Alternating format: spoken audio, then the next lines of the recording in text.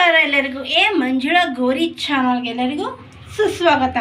ಇವತ್ತು ಮ್ಯಾಂಗೋ ರಸಮ್ ಮಾಡೋದನ್ನ ಹೇಳ್ಕೊಡ್ತಾ ಇದ್ದೀವಿ. ತುಂಬ ಸುಲಭವಾಗಿ ಹಾಗೂ ಬೇಗನೆ ಆಗುತ್ತದೆ. ಕಡಿಮೆ ಸಾಮಗ್ರಿ ಬಳಸಿ ತುಂಬ ಸಿಂಪಲಾಗಿ ಮಾಡ್ಕೊಬೋದು. ಈಗ ಅದಕ್ಕೆ ಏನೇನು ಬೇಕು ಅಂತ ನೋಡೋಣ. ಮೊದಲನೇದಾಗಿ ಮಾವಿನಕಾಯಿ ತೊಗೊಂಡಿದ್ದೆ ನೋಡಿ, ಹುಳಿ ಮಾವಿನಕಾಯಿ,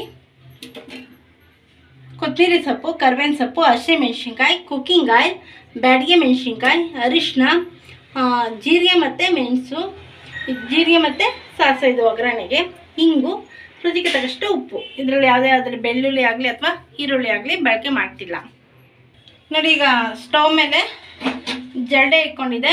ಮಾವಿನಕಾಯಿನ ಸುಟ್ಕೊಳ್ಳೋಣ. ಇದು ಕನಕಪುರದ ಮಾವಿನಕಾಯಿ, ಆರ್ಗ್ಯಾನಿಕ್ ಮಾವಿನಕಾಯಿ. ಇದರಲ್ಲಿ ಯಾವುದೇ ರೀತಿ ಔಷಧಿ ಆಗಲಿ ಬಳಕೆ ಮಾಡಿಲ್ಲ. ಈಗ ಮಾವಿನಕಾಯಿನ ಚೆನ್ನಾಗಿ ಸುಟ್ಕೊಳ್ಳೋಣ. ಅದ್ರ ಜೊತೆಗೆ ಹಸಿಮೆಣಸಿನ್ಕಾಯಿ ಕೂಡ ಸುಟ್ಕೊಳ್ಳೋಣ.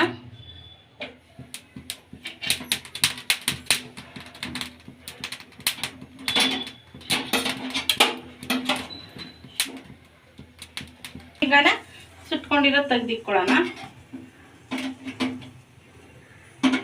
ನೋಡಿ. ಚೆನ್ನಾಗಿ ಕಪ್ಪಗೆ ಮಾವಿನಕಾಯಿ ಚೆನ್ನಾಗಿ ಸುಟ್ಕೊಂಡಿದೆ. ಒಂದು 5 ನಿಮಿಷ ತಟ್ಟೆ ಮುಚ್ಚೋಣ. ಬಿಸಿಲೆಲ್ಲ ಚೆನ್ನಾಗಿ ಬಾಯ್ಲ್ ಆಗುತ್ತೆ. ಈಗ 5 ನಿಮಿಷ ಆಗಿದೆ, ತೆಗಿಯೋಣ. ಇದು ಚಿಪ್ಪೆನೆಲ್ಲ ರಿಮೂವ್ ಮಾಡ್ಕೊಳ್ಳೋಣ ನೋಡಿ. ತಣ್ಣಗಾಗಿದೆ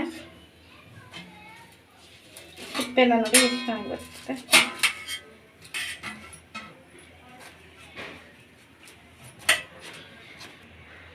ನೋಡಿ. ರಿಮೂವ್ ಮಾಡ್ಕೊಂಡಿದೆ. ಈಗ ಇದನ್ನು ಪೀಸಸ್ ಆಗಿ ಕಟ್ ಮಾಡಿ ಇಟ್ಕೊಳ್ಳೋಣ.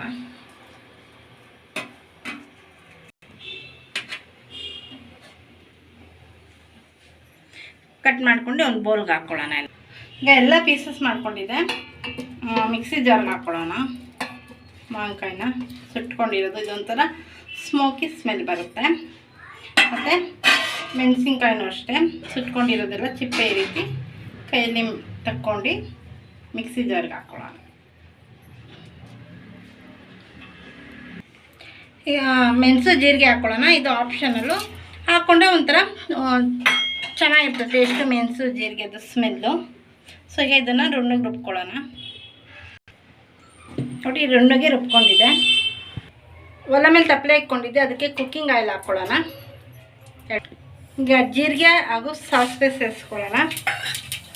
ಹಿಂಗೆ ಹಾಕ್ಕೊಳ್ಳೋಣ. ಬ್ಯಾಡಗೆ ಮೆಣಸಿನ್ಕಾಯಿ,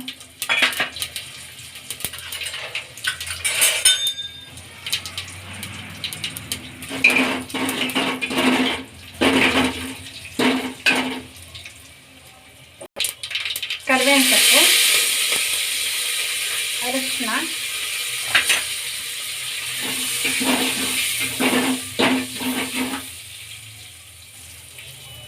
ಈಗ ರುಬ್ಕೊಂಡಿರೋ ಮಾವಿನಕಾಯಿನ ಸೇರಿಸ್ಕೊಳ್ಳೋಣ. ಈಗ ಮಿಕ್ಸಿಗೂ ನೀರು ಹಾಕ್ಕೊಂಡು ಅದನ್ನು ಸೇರಿಸ್ಕೊಂಡಿದ್ದೆ.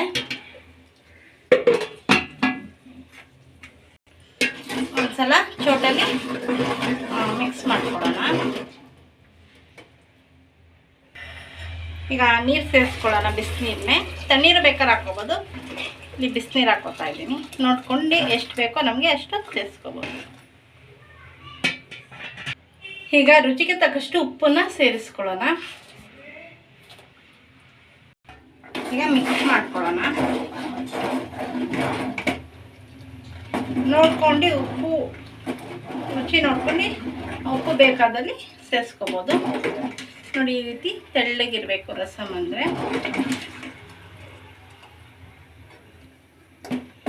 ನೋಡಿ ಚೆನ್ನಾಗೀಗ ಮಾಡ್ತಾ ಇದೆ. ಈಗ ಕಡೆದಾಗಿ ಕೊತ್ತಂಬರಿ ಸೊಪ್ಪನ್ನ ಸೇರಿಸ್ಕೊಳ್ಳೋಣ ನೋಡಿ. ಘಮ ಘಮ ಅಂತ ಪರಿಮಳ ಬರ್ತಾ ಇದೆ ಮಾವಿನಕಾಯ್ದು, ಜೀರಿಗೆ, ಮೆಣಸಿಂದು ನೋಡಿ ಎಷ್ಟು ಚೆನ್ನಾಗಿದೆ. ಇದು ಅನ್ನಕ್ಕೆ, ಮುದ್ದೆಗೆ ಬೊಂಬಾಟಾಗಿರುತ್ತೆ. ಸೂಪ್ ಥರನೂ ಕೂಡ ಇದನ್ನು ಕುಡಿಬೋದು ಮಾವಿನಕಾಯಿ ರಸ. ಈಗ ಸರ್ವಿಂಗ್ ಬೌಲ್ಗೆ ಸರ್ವ್ ಮಾಡ್ಕೊತೀವಿ.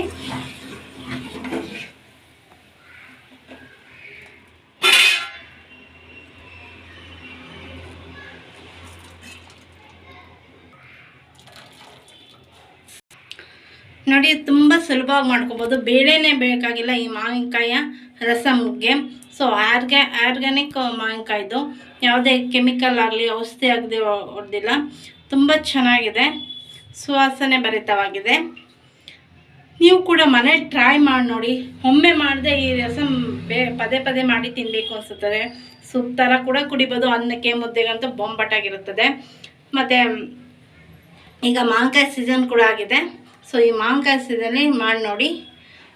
ಈಗ ಟೇಸ್ಟ್ ಮಾಡಿ ನೋಡಿ ಹೇಳ್ತೀನಿ ಹೇಗಿದೆ ಅಂತ. ನೋಡಿ ಈಗ ಟೇಸ್ಟ್ ಮಾಡಿ ನೋಡಿ ಹೇಳ್ತಾ ಇದ್ದೀನಿ.